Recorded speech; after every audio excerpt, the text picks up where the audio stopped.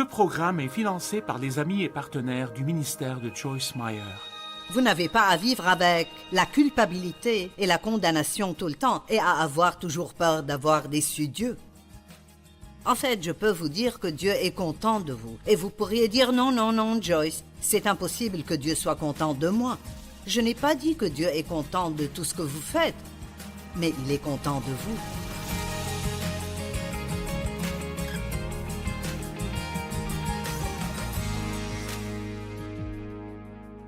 Merci de vous être joints à nous aujourd'hui sur notre programme. J'aime la parole. Elle a changé ma vie. Elle me garde forte. Et je crois que vous aimez la parole aussi, ou vous ne prendriez pas ce temps pour écouter la parole. Nous avons commencé hier à parler de la foi. J'ai partagé à propos d'Abraham et de comment Dieu lui a dit qu'il allait être le père de plusieurs nations. Et il n'avait pas d'enfants, et il était trop vieux pour avoir des enfants, et pourtant il a cru Dieu. Parce qu'il a cru Dieu, cela lui a été imputé à justice, et il est considéré comme le père de la foi.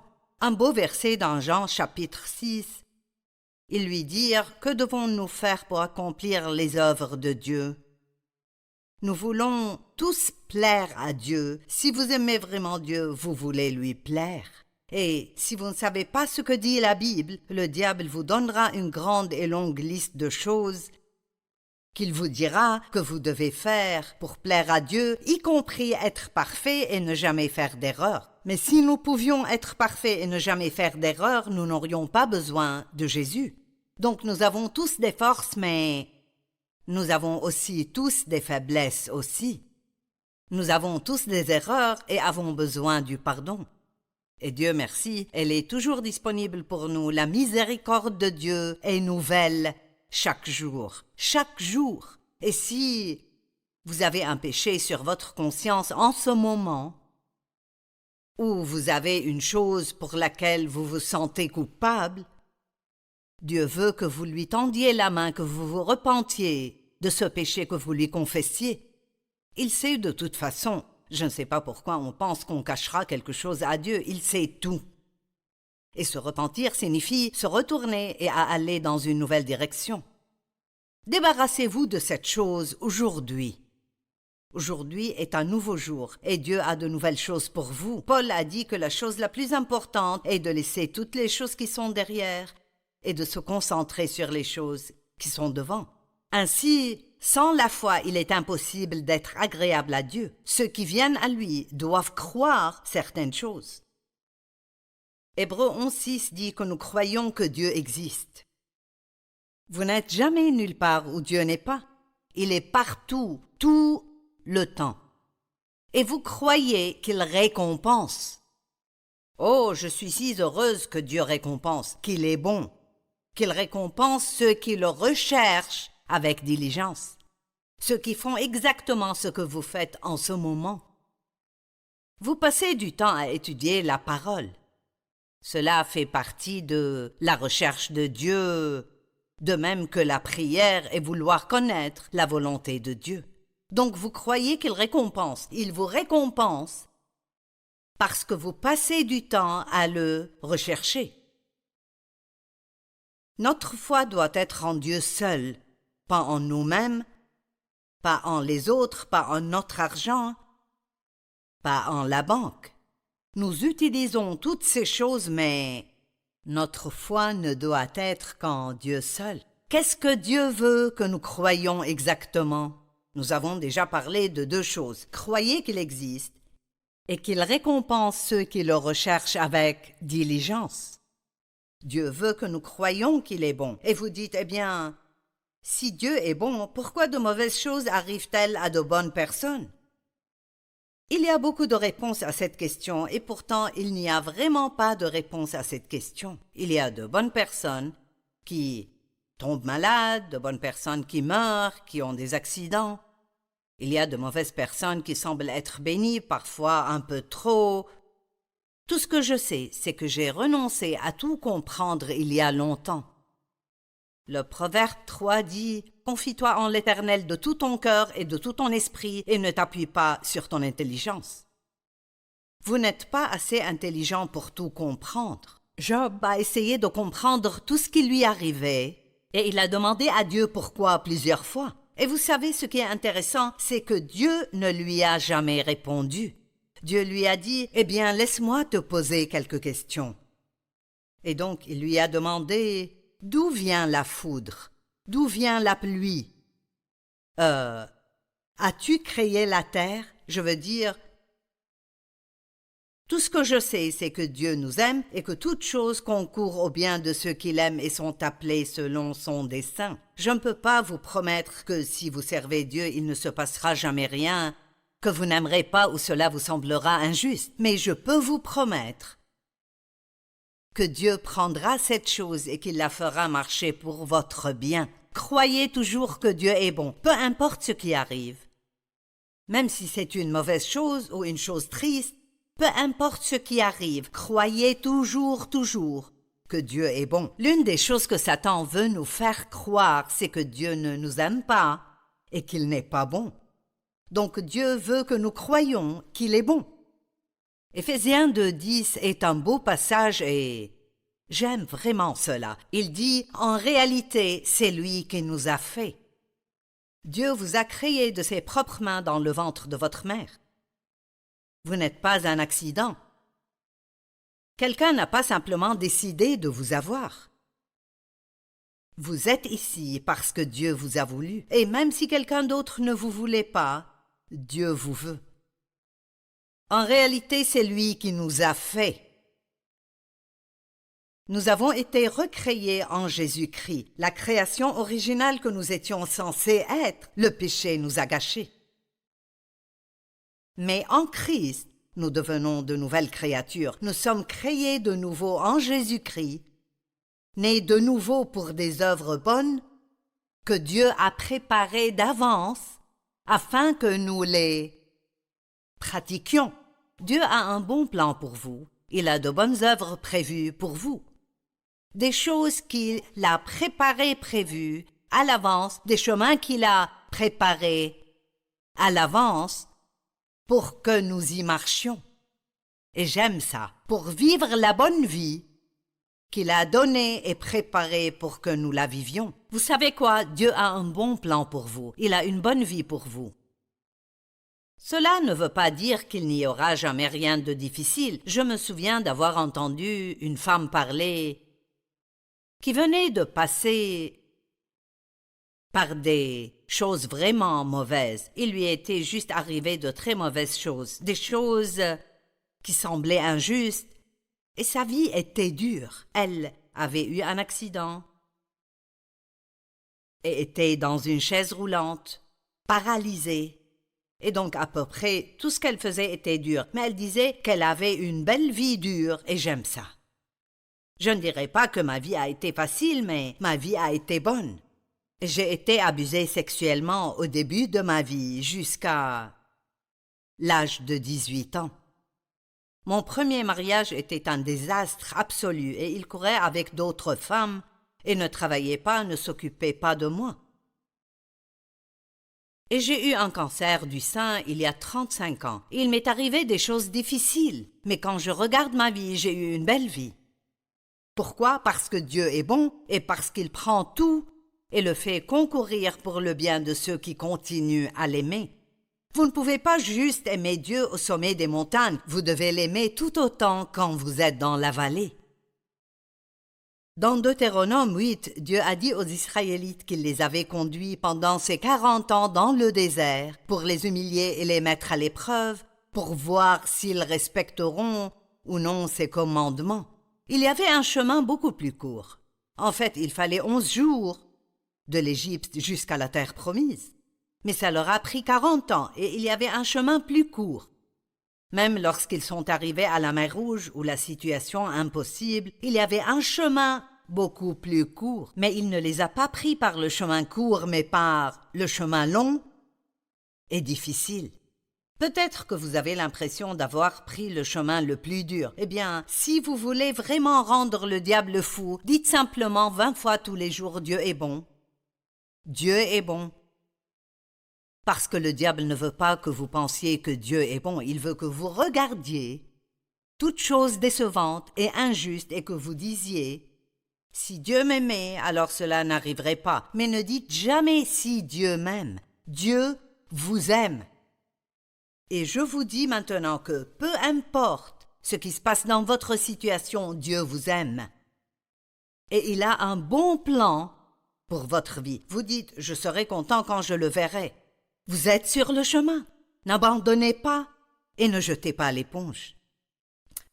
Dieu veut que vous croyiez qu'il est bon, qu'il est miséricordieux et qu'il pardonne.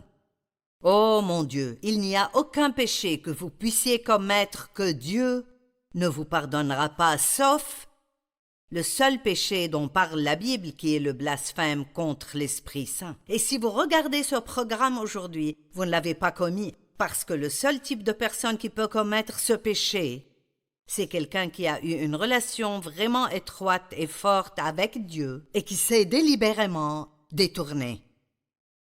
Il dit « Je ne veux plus rien avoir à faire avec Dieu ». Eh bien, ce n'est pas vous, parce que vous êtes là. Nous avons tous péché. Nous sommes tous privés de la gloire de Dieu. Écoutez Romains 3, 23 et 24. Tous ont péché et sont privés de la gloire de Dieu.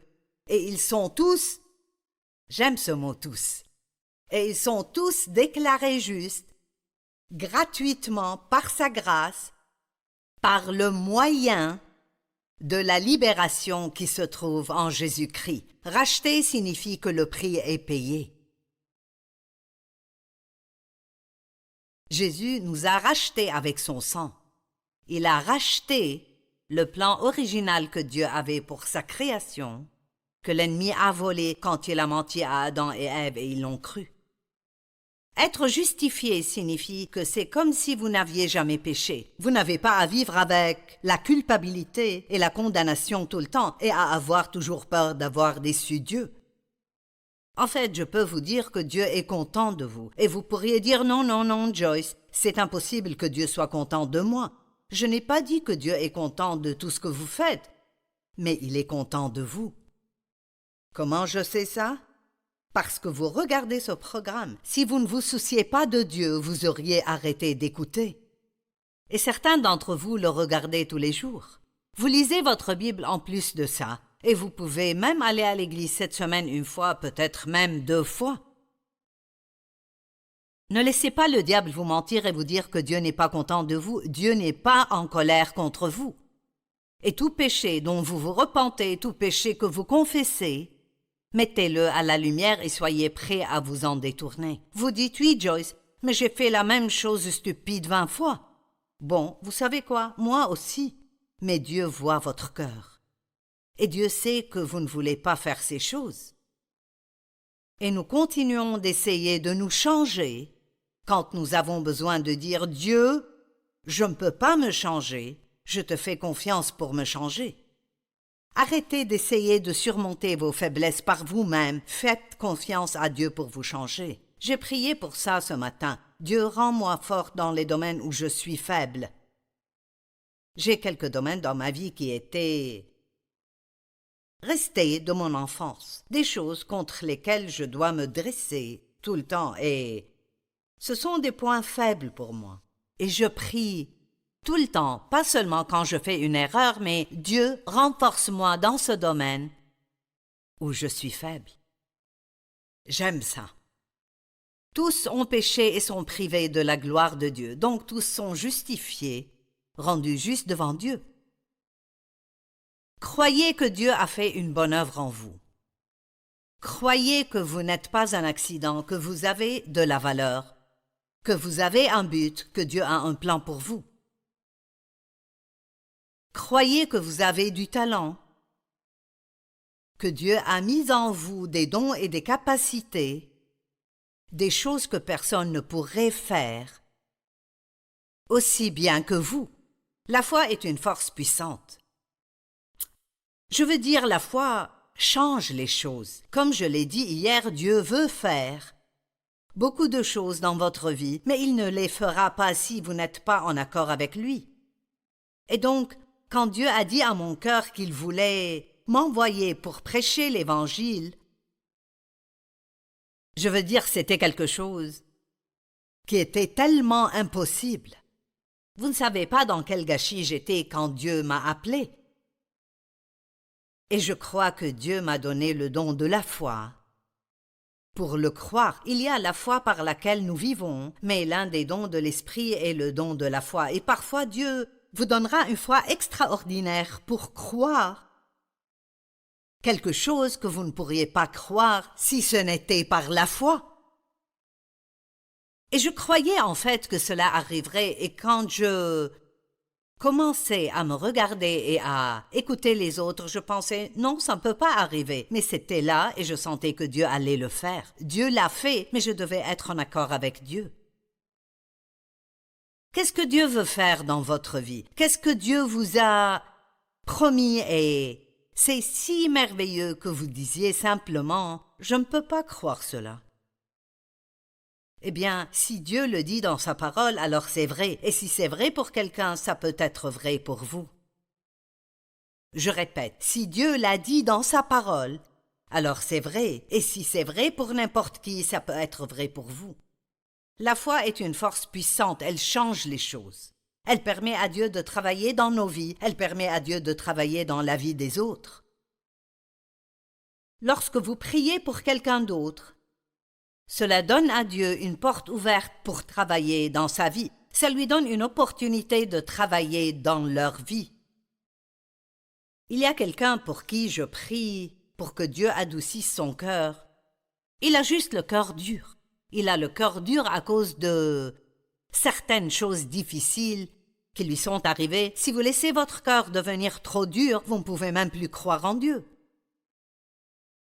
Et je crois que Dieu adoucira le cœur de cette personne. Quand vous priez, croyez. Soyez en accord avec Dieu. Utilisez votre foi. Ne dites pas juste que vous avez la foi, mais prouvez que vous avez la foi par vos actions. Voici une petite histoire, l'histoire du funambule. Eh bien, un casse-cou surnommé le Grand Blondin a surpris les foules avec ses cascades, défiant la mort au-dessus des chutes du Niagara.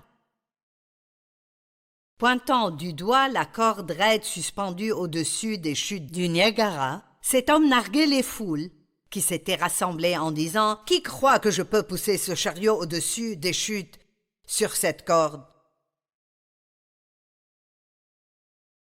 Des mains levées partout. « Oui, nous croyons, nous croyons, nous croyons. » L'homme a pointé une main qui était levée et l'a défié. Il a dit « Si tu crois vraiment, alors viens monter dans mon chariot. » Vous savez, il n'y avait pas de preneur.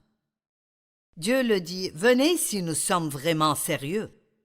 Acceptez-le comme sauveur et commencez une marche de foi avec lui. » Vous savez, Pierre et les disciples, les 11 autres disciples étaient dans une barque au milieu de la mer et Jésus est venu en marchant vers eux sur l'eau. Et Pierre, c'était un homme courageux, il voulait aussi marcher sur l'eau. Et il a dit « Ordonne-moi de venir à toi sur l'eau. » Et Jésus a dit « Viens. » Et Pierre est sorti du bateau et bien sûr, il a marché sur l'eau jusqu'à ce qu'il a eu peur et il a commencé à couler et alors Jésus a dû le sauver. Mais il y avait 12 hommes là-bas. Pourquoi un seul a-t-il marché sur l'eau? Parce qu'un seul était prêt à sortir du bateau.